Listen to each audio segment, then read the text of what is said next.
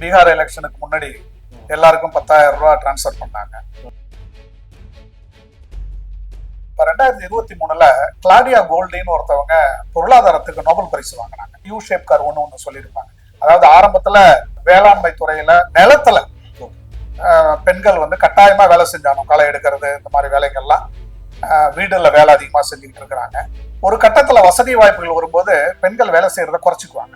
அதாவது 89 கலைஞர் கொண்டு வந்த திட்டங்கள், 96 கலைஞர் கொண்டு வந்த திட்டங்கள், 2006 கலைஞர் கொண்டு வந்த திட்டங்கள், இது எல்லாத்துக்கும் முத்தாய்ப்பா 2021 மாண்பு முதலமைச்சர் கொண்டு வந்த திட்டங்கள். இது எல்லாமே நீங்க வந்து அப்படியே வரிசையா அடுக்கி பாத்தீங்கன்னா ஒவ்வொரு திட்டமும் பெண்களை வந்து இந்த யூ கர்வுல அடுத்தடுத்த கட்டத்துக்கு கொண்டு போறதுக்கான திட்டங்களா தான் வந்திருக்கு. வெறுமனே வீட்டுக்குள்ளாரே வேலை செஞ்சுக்கிட்டு இருந்தாங்கன்னா அவங்களுடைய உழைப்புக்கேற்ற ஊதியத்தை நம்முடைய ஜிடிபியில சேர்க்க முடியாது. பெண்கள் தமிழ்நாட்டுல வேலைக்கு வர ஆரம்பிச்சதுமே தமிழ்நாட்டோட ஜிடிபி வேகமா வளர்றதுக்கு ஒரு முக்கியமான காரணம். பிறக்கும் போதே சில்வர் ஸ்பூனோட பிறந்தவங்களுக்கு வேணா அந்த 1000 ரூபாய் என்ன பெரிய தொகைன்னு தோணலாம் அவங்களுக்கு. அந்த உரிமை தொகை திட்டம் தமிழ்நாட்டுக்கு கொண்டு வர போற முன்னேற்றத்தை, ஒரு தனி நபர் குடிக்கிற ஆல்கஹாலோட அளவு இருக்கு இல்லைங்களா, மதுவோட அளவு, அந்த அளவு பாத்தீங்கன்னா தமிழ்நாட்டுல குறைவா தாங்க இருக்கு. இந்த பணம் வாங்குறவங்க எல்லாரும் கொண்டு போய் டாஸ்மாக்ல தான் செலவு பண்றாங்க அப்படிங்கிறதுக்கு எந்த விதமான புள்ளி விவரமும் தரவும் நம்மள்ட்ட இல்லைங்க. மது விலக்கு அப்படிங்கறத நடைமுறையில கொண்டு வர முடியாதுங்க. தமிழ்நாடு வளரணும்னு நினைக்கிறவங்க இந்த கடன் சுமையெல்லாம் பேசவே கூடாதுங்க.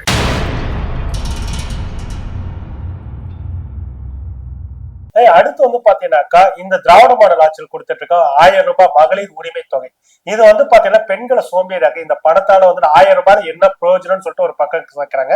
இன்னொன்னு இந்த மாதிரியான திட்டங்கள், உரிமை திட்டங்களை வந்து ரேவடி கல்ச்சர்னு சொல்லிட்டு பிரச்சாரம் பண்றவங்களும் நிறைய பேர் இருக்கிறாங்க. அப்படி இருக்கும் போதே எல்லா பெண்களுக்கும் மகளிர் உரிமை தொகை கொடுக்குறோம்னு சொன்னவங்களும் பாத்தீங்கன்னா கிட்டத்தட்ட 1 கோடி பெண்களுக்கு தான் கொடுத்திருக்காங்க. கிட்டத்தட்ட மத்தவங்களை எல்லாம் ஓரம் கட்டி வச்சிருக்காங்க. இதெல்லாம் சரியா அப்படி 2 விதமான விமர்சனங்கள் எழும்புது. கிடைக்காதவர்கள் எங்களுக்கு ஏன் கொடுக்கலன்றாங்க. சிலருக்கு கிடைத்ததை பார்த்து ஒரு சில பேர் பொறாமப்பட்டுட்டு இதனால என்ன பிரயோஜனம் அப்படின்னு கேட்கறாங்க. இதெல்லாம் எப்படி எடுத்துக்கிறீங்க? ரேவடி கல்ச்சர் அப்படின்னு இந்திய அளவுல யாரெல்லாம் கொஞ்ச நாளைக்கு முன்னாடி பேசிட்டு இருந்தாங்களோ அவங்க எல்லாருமே அதைதான் செய்யறாங்க. சமீபத்துல பீகார் எலெக்ஷனுக்கு முன்னாடி எல்லாருக்கும் 10,000 ரூபாய் டிரான்ஸ்ஃபர் பண்ணாங்க இல்லைங்களா. இது வந்து எப்படி சொல்றதுங்க, மக்களை சோம்பேறி ஆக்கிறதுக்காக கொடுத்தாங்கன்னு சொல்ல முடியுமா? இல்ல தமிழ்நாட்டுல அடுத்த தேர்தல் கட்சிகள் எல்லாம் தேர்தல் அறிக்கை வெளியிட போறாங்க. எந்த கட்சியாவது நான் யாருக்குமே எதுவுமே கொடுக்க மாட்டேன் அப்படின்னு சொல்றதுக்கு தயாரா இருக்காங்களா? உரிமை தொகையை நாங்க நிறுத்திடுவோம் அப்படின்னு சொல்றதுக்கு இன்னைக்கு ஆட்சிக்கு வரணும்னு துடிச்சுக்கிட்டு இருக்கிற எதிர்கட்சிகள்ல எந்த ஒரு கட்சியாவது நான் மகளிர் உரிமை தொகையை எங்களுடைய கட்சி கொடுக்காது, புதுமை பெண் திட்டத்துல நாங்க கல்வி உதவிக்கு பணம் கொடுக்க மாட்டோம், இல்ல விடியல் பயணம் அப்படிங்கிற போக்குவரத்து விலையில்லா போக்குவரத்து பேருந்தை வந்து நாங்க போக்குவரத்தை நிறுத்திடுவோம். சமீபத்துல மாண்பு முதலமைச்சர் ஒரு கூட்டத்துல பேசும்போது சொன்னாங்க திருச்சியில, இந்த திட்டங்கள் எல்லாம் தமிழ்நாட்டில் செயல்பட்டுக்கிட்டு இருக்கிற வரலையும் நான் தான் தமிழ்நாட்டை ஆண்டு கொண்டிருக்கிறேன் அப்படின்னு. இது வந்து அண்ணா எப்படி அவங்க சொன்னாங்களோ இருமொழி கொள்கை தான் தமிழ்நாட்டுல இருக்கிற வரலையும், சுயமரியாதை திருமணங்கள் தமிழ்நாட்டுல மாறாம இருக்கிற வரைக்கும், தமிழ்நாடுங்கிற பேரு இருக்கிற வரலையும், அதை யாரும் மாத்துறதுக்குன்னு முயற்சி பண்ணா தமிழ்நாட்டுல எழுகின்ற எதிர்ப்பு அதை பார்த்து அவங்க அதுக்கான எண்ணமே வராம இருக்கிற வரைக்கும் இந்த அண்ணாதுரை தான் 4 கிரான் அப்படின்னு அவங்க சொன்னாங்க. அதேதான் இப்ப இப்பயுமே. இது ஒரு பக்கம் இருக்கட்டுங்க. இன்னொரு பக்கம் உலக அளவுல இப்ப 2023 கிளாடியா கோல்டின்னு ஒருத்தவங்க பொருளாதாரத்துக்கு நோபல் பரிசு வாங்கினாங்க. அவங்க எல்லா துறைகள்லயும் பெண்கள் வேலைக்கு வரும்போது என்னென்ன மாற்றங்கள் அமெரிக்காவில் நடந்திருக்கு அப்படிங்கறத பத்தி ரொம்ப கிட்டத்தட்ட 40 ஆண்டுகளுக்கு மேல ஆராய்ச்சி பண்ணிட்டு இருக்கிறாங்க. அவங்க சொன்ன ஒரு முக்கியமான கருத்து என்னன்னா, பெண்கள் எப்போ வேலைக்கு வர்றாங்க, எப்போ திரும்ப வீட்டுல இருக்க ஆரம்பிக்கிறாங்க, எப்போ மறுபடியும் திரும்ப தொழில்துறையில வேலையில அவங்க கலந்துக்க ஆரம்பிக்கிறாங்க அப்படிங்கறத பத்தி ஆராய்ச்சியில அவங்க சொல்லியிருப்பாங்க. அவங்களுடைய கண்டுபிடிப்புகள் எல்லாம் அவங்க வந்து யூ ஷேப் கர் ஒண்ணு சொல்லியிருப்பாங்க. அதாவது ஆரம்பத்துல வேளாண்மை துறையில நிலத்துல பெண்கள் வந்து கட்டாயமா வேலை செஞ்சாலும் களை எடுக்கிறது இந்த மாதிரி வேலைகள்லாம் வீடுல வேலை அதிகமா செஞ்சுக்கிட்டு இருக்கிறாங்க. ஒரு கட்டத்துல வசதி வாய்ப்புகள் வரும்போது பெண்கள் வேலை செய்யறத குறைச்சிக்குவாங்க. ஓகே, வீட்டுல இருக்கிறவங்க எல்லாரும் பெரியவங்க ஆண்கள்லாம் சம்பாதிக்கிறாங்க, நம்ம இருந்த வீட்டை பார்த்துக்குவாங்க. அதுக்கப்புறம் ஒரு கட்டத்துல திரும்ப பெண்கள் வேலைக்கு வர ஆரம்பிப்பாங்க அப்படின்னு சொல்றாங்க. இப்ப தமிழ்நாடு இந்த 3வது கட்டத்துல வந்துகிட்டு இருக்குதுங்க. கடந்த 5 ஆண்டுகளா ரொம்ப நாளா வந்துகிட்டு இருக்குங்க. அதாவது 89ல கலைஞர் கொண்டு வந்த திட்டங்கள், 96ல கலைஞர் கொண்டு வந்த திட்டங்கள், 2006ல கலைஞர் கொண்டு வந்த திட்டங்கள், இது எல்லாத்துக்கும் முத்தாய்ப்பா 2021ல மாண்பு முதலமைச்சர் கொண்டு வந்த திட்டங்கள். இது எல்லாமே நீங்க அப்படியே வரிசையா அடுக்கி பாத்தீங்கன்னா ஒவ்வொரு திட்டமும் பெண்களை இந்த யூ கர்வ்ல அடுத்தடுத்த கட்டத்துக்கு கொண்டு போறதுக்கான திட்டங்களா தான் வந்திருக்குது. இது பெண்களை அதிகபட்சமா பொருளாதார செயல்பாடுகள் அப்படின்னு, பொருளாதார செயல்பாடுகள்னா அவங்க செய்யற வேலைக்கு அவங்களுக்கு அவங்களுடைய உழைப்புக்கேற்ற ஊதியம் கிடைக்கணும். வெறுமனே வீட்டுக்குள்ளாரே வேலை செஞ்சுக்கிட்டு இருந்தாங்கன்னா அவங்களுடைய உழைப்புக்கேற்ற ஊதியத்தை நம்முடைய ஜிடிபியில சேர்க்க முடியாது. அதே அவங்க வெளியில போய் வேலை செய்ய ஆரம்பிச்சாங்கன்னா அது ஜிடிபி சேர ஆரம்பிக்கும். பெண்கள் தமிழ்நாட்டுல வேலைக்கு வர ஆரம்பிச்சதுமே தமிழ்நாட்டோட ஜிடிபி வேகமா வளர்றதுக்கு ஒரு முக்கியமான காரணம். இப்படி இந்த பெண்கள் வெளியில வர்றதுக்கு, அவங்களுக்கு ஒரு சுயமரியாதை கிடைக்கிறதுக்கு, அவங்களுக்கு ஒரு பைனான்சியல் இண்டிபெண்டன்ஸ் சொல்லுவோம், அதாவது பொருளாதார சுதந்திரம், யாரையும் டிபெண்ட் பண்ணி இருக்காம தானே எல்லாத்தையும் செஞ்சுக்கிறதுக்கான சுதந்திரம், இது எல்லாமே இந்த 1000 ரூபாங்கிறது சில பேர் நிறைய கேட்கறாங்க. இந்த 1000 ரூபாய் வந்துட்டா போதுமா அப்படின்னு சொல்லி, அப்படி எல்லாம் கிடையாதுங்க. அது ஒருவேளை பிறக்கும் போதே சில்வர் ஸ்பூனோட பிறந்தவங்களுக்கு வேணா அந்த 1000 ரூபாய் பெரிய தொகைன்னு தோணலாம். அவங்களுக்கு ஒரு நாளைக்கு வெளியில போய் சாப்பிடுறதுக்கு 10,000 ரூபாய் செலவு பண்றவங்களுக்கு இந்த 1000 ரூபாயோட அருமை தெரியாம இருக்கலாங்க. மாசத்தை தன் குழந்தைக்கு ஒரு நல்ல ஹோட்டல் ஒரு சாப்பாடு வாங்கி கொடுக்கணும்னு நினைக்கிறவனுக்கு அந்த 1000 ரூபாய் பெருசு. 1000 ரூபாய் பெரிய பணங்க. சின்ன சின்ன சந்தோஷங்களுக்கு அந்த 1000 ரூபாய் கண்டிப்பா உதவாகும். அது இல்லாம 1000 ரூபாய்ங்கிறது உரிமை தொகை கொடுக்குறாங்க. பேருந்துல பயணம் செய்யறது இப்போதைக்கு விலையில்லா பேருந்து கொடுத்திருக்கிறாங்க, பயணம் கொடுத்திருக்கிறாங்க. இது எல்லாத்தையும் ஒட்டுமொத்தமா கூட்டி பாத்தீங்கன்னா இன்னைக்கு தமிழ்நாட்டுல இருக்கிற பெண்கள் பெரும்பாலானவங்களுக்கு கிட்டத்தட்ட ஒரு 5000 இருந்து 6000 ரூபாய் அரசாங்கம் தன்னுடைய பட்ஜெட்ல இருந்து அவங்கள பொருளாதார சுதந்திரம் கிடைச்சு முன்னுக்கு வர்றதுக்கு, அவங்க படிக்கிறதுக்கு, அவங்க தொழில்துறையில பார்ட்டிசிபேட் பண்றதுக்கு, அவங்களால நம்ம பொருளாதாரம் எல்லாம் சேர்ந்து வளர்றதுக்கு, ஒட்டுமொத்தமா தமிழ்நாடு வளர்றதுக்கு உதவி செஞ்சுக்கிட்டு இருக்கிறாங்க. இதுல ஏன் கொஞ்சம் பேருக்கு மட்டும்தான் கொடுக்குறாங்க, ஏன் மத்தவங்களுக்கு கொடுக்கல அப்படின்னா, இப்ப யாருக்கு கொடுக்கலாம் ஒரு அரசாங்கம் திட்டம் போடுறாங்கன்னா அந்த திட்டம் யாருக்கு சென்றடையணும் அப்படின்னு பெனிஃபிஷியரின்னு சொல்லுவோம், பயனாளிகள். எந்தெந்த பயனாளிகளுக்கு எல்லாம் போகணும்னு நம்ம கண்டுபிடிக்கணும் இல்லைங்களா? கண்டுபிடிக்கிறதுக்கு இப்போதைக்கு நம்ம ஒரு முறையை யோசிச்சு கொண்டு வரணும். அந்த முறை ஒரு 2 ஆண்டு 3 ஆண்டு செயல்பட்டதுனாதான் அந்த முறையில ஏதாவது குறைகள் இருக்கான்னு நம்ம பார்க்கலாம். அந்த குறைகள் இருந்ததுன்னா அந்த குறைகளை அடுத்தடுத்து நிவர்த்தி செய்யறதுக்கு தொடர்ந்து பண்ணிக்கிட்டே இருப்போம். முதல்ல இந்த திட்டம் வரும்போது, உரிமை தொகை வரும்போது 1,20,00,000 பெண்களுக்கு கொடுத்தாங்க. அதுக்கப்புறம் அந்த 1,32,00,000 பெண்களுக்கு அதிகரிச்சாங்க.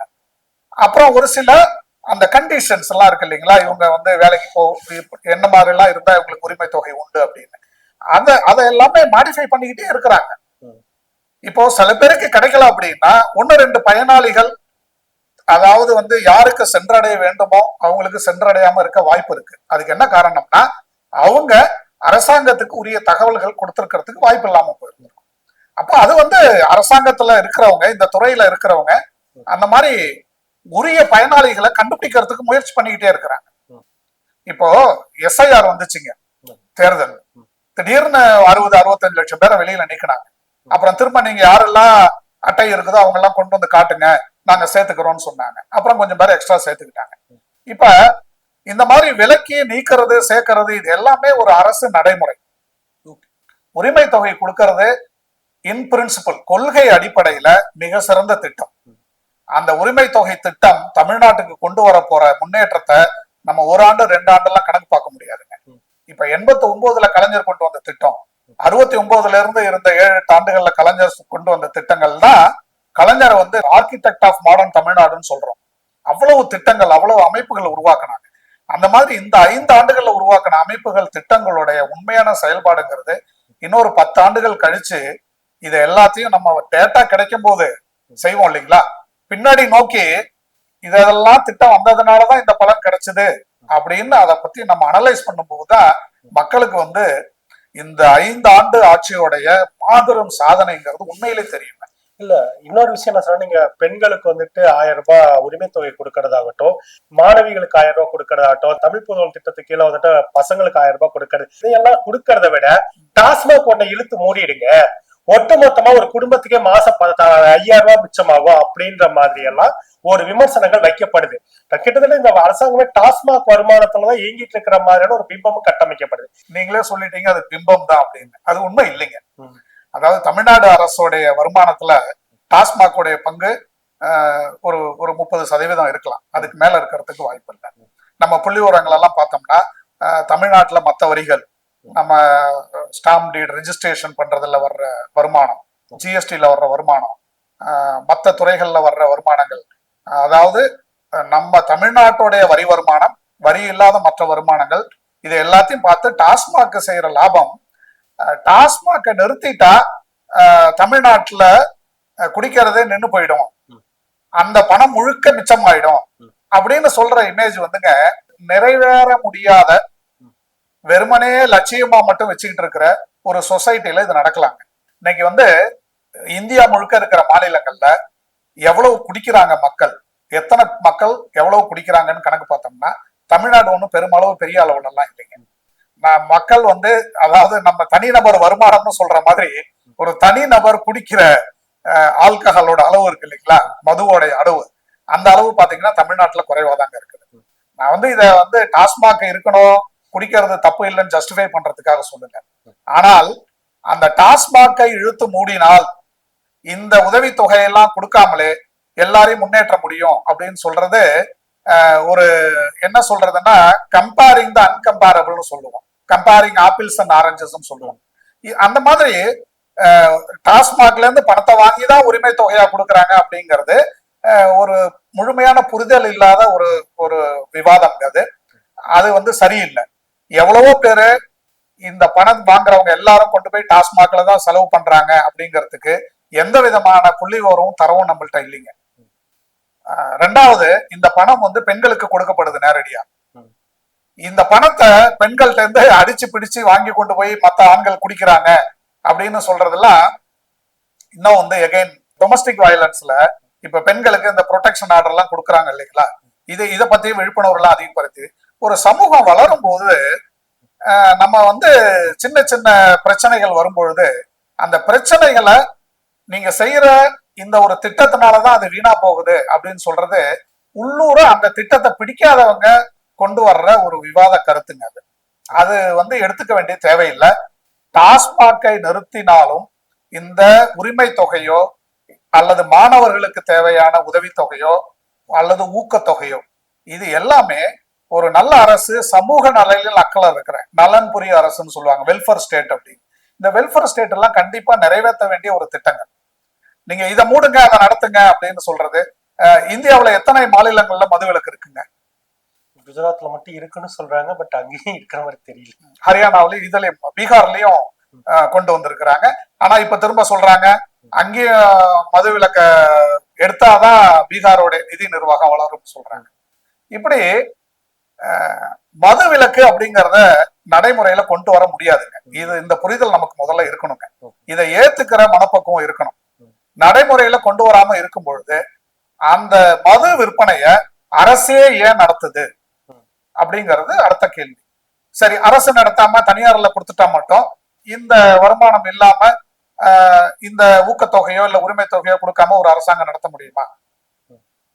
இதெல்லாம் வந்து ரொம்ப சிந்திச்சு பார்த்தோம் அப்படின்னம்னா ஒரு நடைமுறைக்கு ஒவ்வாத விவாதத்துக்கு மட்டுமே வைத்து கொண்டு ஒரு ஆட்சியை குறை சொல்வதற்கான ஒரு விஷயமா சொல்லாம தவிர அது வந்து பொருளாதாரம் பற்றி படிச்சவங்க தெரிஞ்சவங்க இந்த மாதிரியான டாஸ்மாக்கை மூடுவோம் அப்படின்லாம் கொண்டு வந்து பேசிட்டு இருக்க மாட்டாங்க.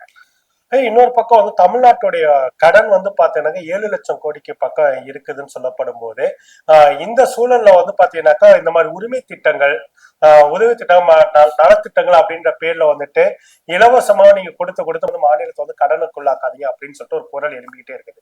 எதுக்கா கடன் வாங்காம உங்களால ஒரு பட்ஜெட்டை கூட போட முடியல, நீங்க எதுக்கு வந்துட்டு இந்த மாதிரி திட்டங்களை கொடுக்குறீங்க அப்படின்னு கேள்விகளை வந்துட்டு வலதுசாரி தமிழ் தேசியம் பேசுறவங்க இன்னைக்கு தீவிரமா வைக்கிறாங்க. இது எப்படி இருக்கு? கடன் சுமைங்கிறது நான் நிறைய இடத்துல பேசிட்டு இருக்கிறேங்க. நிறைய தமிழ்நாட்டுல பொருளாதாரம் தெரிஞ்சவங்க எல்லாருமே பேசுறாங்க இதை பத்தி. இந்த கடன் சுமைங்கிறத பத்தி எல்லாம் நம்ம கவலைப்பட வேண்டிய தேவையில்லை. என்ன காரணம் நான் சொல்றேன், கடன் வாங்குறதுங்கிறது ஒரு அரசோட ஒரு நாட்டோட பொருளாதாரத்தை அதிகப்படுத்துறதுக்கு தேவையான ஒரு விஷயம். கடன் அப்படிங்கறதே மோசமான விஷயம் கிடையாது. அந்த கடனை வாங்கி நம்ம என்ன செய்ய போறோம் அப்படிங்கிறது தான் முக்கியம். நான் ஏற்கனவே கூட ஒரு பேட்டியில சொல்லியிருந்தேன், கடனை வாங்கி அதை வச்சு நம்ம வியாபாரம் செஞ்சு அதிகமா சம்பாதிக்கிறோம்னா அந்த கடன் வாங்குறத பத்தி நம்ம கவலைப்பட வேண்டியதில்லை. அதே சமயம் அந்த கடனை வாங்கி ஊதாரித்தனமா செலவு பண்றோம்னா அந்த கடனை பத்தி நம்ம கவலைப்படணும். இப்ப தமிழ்நாடு கடன் வாங்காம இருந்ததுன்னா தமிழ்நாட்டுடைய பொருளாதாரத்தோட அளவு சுருங்கும். பொருளாதாரம் சுருங்கும் போது நம்ம நம்ம மாநிலம் மட்டும் உலகத்துல தனியா இல்லை இல்லைங்களா, உலகம் முழுக்க பொருளாதாரம் வளர்ந்துகிட்டு இருக்கும் போது நம்ம எதுவுமே எனக்கு தேவையில்லை அப்படின்னு சொல்லிட்டு நம்மள சுருக்கிக்கிட்டு உட்கார முடியாது. இப்ப ஊர்ல இருக்கிற எல்லாரும் போன் வச்சிருக்கும் போது நமக்கு போனே வேண்டாம் அப்படின்னு இருக்க முடியுமா? ஏன்னா போன் வாங்குறதுக்கு வருமானம் வரும்போது நான் சம்பாதிச்சுக்கிறேன்னு சொல்லி இருக்க முடியாது. இப்ப நம்முடைய மகளிர் உரிமை தொகை உதாரணத்துக்கு பேங்க்ல வந்து கொடுக்குறாங்க. அது பேங்க்ல போட்டாங்களா இல்லையாங்கிறது ஒரு எஸ்எம்எஸ் மூலயமா நமக்கு போன்ல வருது. அப்ப ஒரு பட்டன் போனாவது நம்மள்ட்ட இருந்தா தானே நமக்கு வந்துச்சுன்னு உடனே தெரியும். இல்லாட்டி நீங்க போய் பேங்க்ல போய் கேட்கணும் என் பணம் வந்துச்சா அப்படின்னு ஒரு முறையும். அப்ப தகவல் தொடர்புங்கிறது முக்கியமா இருக்கிற ஒரு காலகட்டத்துல நான் என்னால எப்ப ஒரு 5000 ரூபாய் சம்பாதிச்சு போன் வாங்க முடியுமோ அப்ப நான் போன் வாங்கிக்கிறேன்னு இருந்தோம்னா நம்ம உலகத்துல இருந்து அந்நியப்பட்டு போயிடும். எல்லாரும் ஓடிக்கிட்டு இருப்பாங்க, எல்லாரும் நல்லா சம்பாதிச்சுக்கிட்டு இருப்பாங்க, நம்ம கடனே வாங்க மாட்டோம்னு பின்னாடியே உட்கார்ந்துருப்போம். அப்ப ஒரு ஒரு கடன் வாங்கி அந்த ஒரு 5000 ரூபாய்க்கு ஒரு போன் வாங்குறோம் அப்படின்னோம்னா நம்ம யோசிச்சு பார்க்கணும் அந்த கடனை எவ்வளவு சீக்கிரம் திருப்பி கட்ட முடியும். இப்ப கடனை திருப்பி கட்டக்கூடிய அளவு வருமானம் பண்றதுக்கு நம்மள்ட்ட வழி இருக்குன்னு வச்சுக்கோங்க. நம்ம அந்த கடன் வாங்குறதுல என்ன தப்பு? வருமானமே இல்லாம கடன் வாங்குறது தான் தப்பு. இப்ப தமிழ்நாடு இந்தியாவிலே ஜிடிபி வளர்ச்சியில ரொம்ப டாப் நம்பர் 1 அப்படின்னு சொல்லிக்கிறோம் நம்ம. அதுக்கான தரவுகள் எல்லாமே இருக்குது. இரட்டை இலக்கத்துல வளர்ற ஒரே மாநிலம் தமிழ்நாடு தான். இப்ப நிறைய வருமானம் பண்ற நம்ம கடன் வாங்குறதுல என்ன தப்பு? வருமானம் இல்லைன்னா இந்த கேள்வி கரெக்டான கேள்வி. உங்களால வருமானமும் பண்ண முடியல, கடனை மட்டும் மேல மேல வாங்கி என்ன பண்றீங்கன்னு கேள்வி. கடனை வாங்கி வருமானம் பண்ணும்போது கடன் வாங்காதீங்கன்னா நம்முடைய பொருளாதாரத்தை நம்மளே சுருக்கிக்கிறோம். அதனால தமிழ்நாடு வளரணும்னு நினைக்கிறவங்க இந்த கடன் சுமையெல்லாம் பேசவே கூடாது. தமிழ்நாட்டுல வந்துட்டு இந்த 5 ஆண்டுகள்ல வந்து பாத்தீங்கன்னா விலைவாசி உயர்வு அதிகமா போயிட்டே இருக்கு அப்படின்னு ஒரு விஷயம். குறிப்பா மின் கட்டணம், வீட்டு வரி உயர்வு இதெல்லாம் வந்து தொடர்ந்து மாநில அரசு உயர்த்திக்கிட்டே இருக்குது அப்படின்னு சொல்லிட்டு குற்றச்சாட்டு தொடர்ந்து வைக்கப்பட்டுக்கிட்டே இருக்கு. இதை எப்படி எடுத்துக்கிறீங்க? அரசாங்கத்துடைய பொருளாதாரம் அப்படிங்கிறது அரசாங்கம் கொண்டு வர்ற வரி வருவாயிலையும் வரி இல்லாத மற்ற வருவாயிலையும் தான் இருக்குது. இன்ஃபிளேஷன் இருக்கு இல்லைங்களா, நம்ம இன்ஃபிளேஷன்ங்கிறது ஒரு வருஷத்துக்கு இப்ப இந்தியாவை பொறுத்த வரைக்கும் ஆவரேஜா ஒரு 6-6.5% இருக்கு. தமிழ்நாடு கொஞ்சம் இன்ஃபிளேஷன் கம்மியா தான் இருக்குது, ஒரு 5.5% அந்த மாதிரி ஆவரேஜா இருக்குது. இன்ஃபேக்ட் இந்திய அளவுல இருக்கிற எல்லா ஸ்டேட்டையும் பார்க்கும்போது தமிழ்நாட்டுல இன்ஃபிளேஷன் கம்மியா தான் இருக்கு. அதனால எந்த பொருளாவது விலைவாசி குறைஞ்சது அப்படின்னா குறையாதுங்க. நம்ம வாங்குற பொருள்களாகட்டும், நம்ம கிடைக்கிற சேவைகளாகட்டும், சர்வீஸ் ஆகட்டும், அதுக்கான விலை ஏறிக்கிட்டே தான் போகணுங்க. நம்முடைய வருமானமும் ஏறிக்கிட்டு தானே போகுது. இப்ப நம்ம வருமானம் ஏறிக்கிட்டே போகட்டும், ஆனா விலைவாசி ஏறவே கூடாது அப்படின்னா அது எப்படி ஒரு சரியான பொருளாதாரமா இருக்க முடியாது இல்லைங்களா? ஆனால் விலைவாசி கண்மூடித்தனமா ஏறுதா, அப்ப அரசாங்கம் போடுற வரிகள் கண்மூடித்தனமா இருக்குதா அப்படிங்கிறத நம்ம பார்க்கணும். இந்த விலைவாசி ஏறுறதுக்கும் அரசாங்கம் போடுற வரிகள் ஏறுறதுக்கும் மக்களுடைய வருமானம் ஏறுறதுக்கும் இந்த 3 விஷயத்துக்கும் எல்லாமே நல்லா இருக்கு அப்படின்னா நம்ம விலைவாசி ஏறுறதை பத்தி நம்ம வருத்தப்பட வேண்டிய தேவையே இல்லை. அளவுக்கு மீறி ஏறக்கூடாது. அப்ப நம்ம எப்ப மக்கள்கிட்ட அரசாங்கத்துக்கிட்ட போய் கேள்வி கேட்கணும் அப்படின்னா இன்ஃபிளேஷனை விட அதிகமா விலைவாசி ஏறிச்சுன்னா, நமக்கு வர்ற வருமானத்துல வர்ற இன்கிரிமெண்ட்டை விட விலைவாசி நிலைய ஏறிச்சுன்னா அப்ப நம்ம கேள்வி கேட்கணும். இப்ப 100 ரூபாய் ஒரு நாளைக்கு சம்பாதிக்கிறவரு இந்த வருஷம் அடுத்த வருஷம் 120 ரூபாய் சம்பாதிக்கிறாரு அப்படின்னா 25 ரூபாய் வித்த ஒரு பொருள் 27 ரூபாய் ஆகும்போது நம்ம விலைவாசி ஏறிச்சுன்னு நம்ம பேச வேண்டிய தேவையில்லை. ஏன்னா நம்மால அந்த ஏறுற விலைவாசியை விட அதிகமா சம்பாதிக்க முடியுது. ஒருவேளை முடியாத கட்டம், இப்ப டீயோட விலையெல்லாம் ஏறிடுச்சு, காஃபியோட விலை ஏறிடுச்சு, எரிபொருள் பிரச்சனை வருது அப்படிங்கிறாங்க, எல்பிஜி கிடைக்காது அப்படிங்கிறாங்க, ஏறுது. இப்ப இந்த ஏறுற விலைவாசி எரிபொருள் சப்ளை எல்லாம் திரும்ப சரியான அப்புறம் திரும்ப குறையுமா அப்படிங்கிற தெரியல. இது எல்லாருக்குமே மனசுல இருக்கிற ஒரு டவுட். 15 ரூபாய் வித்த டீ 20 ரூபாய் ஆகும்போது திரும்ப எல்லாம் நல்லா கிடைக்கும் போது 15 ரூபாய்க்கு குறையுமா அப்படின்னு பார்த்தா இப்ப அதை 15 ரூபாய்க்கு குறைங்கன்னா டீ கடைக்காரங்க ஏன் குறைக்கணும், எனக்கு மத்ததெல்லாம் ஏறிடுச்சு அப்படிம்பாங்க. அப்ப வருமானத்துக்கும் விலைவாசிக்கும் உள்ள விகிதம் இருக்கு இல்லைங்களா, அது ரொம்ப அதிகமானா மட்டும்தான் நம்ம விலைவாசி ஏறிடுச்சு அப்படிங்கறதுல கவலை இருக்கணும், நம்ம கேள்வி கேட்கணும். அதை இல்லாம சாதாரண அளவுல வருமானமும் ஏறுது, பொருளாதாரமும் ஏறுதுங்கும் போது விலைவாசி ஏறிக்கிட்டே இருந்ததுன்னா அது ஏறாம எப்படி இருக்க முடியும்? இன்னைக்கு ஒரு யூனிட் 3 ரூபாய்க்கு கவர்மெண்ட் கொடுக்குது அப்படின்னா அதை வந்து 3 ரூபாய் 20 பைசா ஆக்கினா விலைவாசி ஏறிச்சுன்னு சொல்லக்கூடாது. 10 ரூபா விற்கிற 8 ரூபா விற்கிற பஸ் டிக்கெட் 10 ரூபா ஆச்சுன்னா ஐயோ நீங்க விலைவாசி ஏத்துட்டீங்களான்னு சொல்ல முடியாது. நம்ம 800 ரூபா வாங்குறதுக்கு, ஒரு நாளைக்கு வேலை செய்யறதுக்கு 300 ரூபா வாங்குற இடத்துல இருந்து 400 ரூபா வாங்கும் போது சந்தோஷமா நம்ம 100 ரூபா கூட கேட்கிறோம் இல்லையா? அப்ப விலைவாசி ஏறும்போது மட்டும் எதுக்கு நம்ம ரொம்ப வருத்தப்படுறோம்? இது பொருளாதாரம் வளரும் போது இது நடக்குங்க. இது வந்து எக்ஸ்பாண்டிங் எக்கானமின்னு சொல்லுவாங்க. அதனால கட்டுக்குள்ளார இருக்கிற வரலையும் நம்ம விலைவாசியை பத்தி எல்லாம் ரொம்ப வருத்தப்பட வேண்டிய தேவை. தமிழக மக்கள் வந்து ரொம்ப தெளிவாதான் இருப்பாங்களே தவிர்த்து இது அயோத்தி மாதிரி ஆக்கலாமே, இதுல என்ன தவறுன்னு கேக்குறாருன்னா அப்ப அவர் எந்த அளவு இவருக்கு அறிவு இருக்கு நயினார் நாகேந்திரன் அவர்களுக்குன்னு இதுலயே மக்கள் தெளிவா புரிஞ்சிருப்பாங்க. அப்ப நீங்க என்ன சொல்ல வரீங்க? நேரடியா நாங்க அப்படிதான் பண்ணுவோம், நாங்க பிஜேபியை உள்ள நுழைக்கிறதுக்கு RSS மூலமா எல்லா காரியங்களையும் நாங்க இதெல்லாம் வந்து ஒரு சின்ன சின்ன விஷயங்கள் அப்படியே குட்டி குட்டியா அரிச்சு அப்படியே பெரிய பூதாகரமா ஆக்கி அதுல ஒரு சந்தோஷப்படுறதுதான் பிஜேபியோட நோக்கம். என்னன்னா தமிழக மக்களுடைய நிம்மதியை கெடுக்கும்.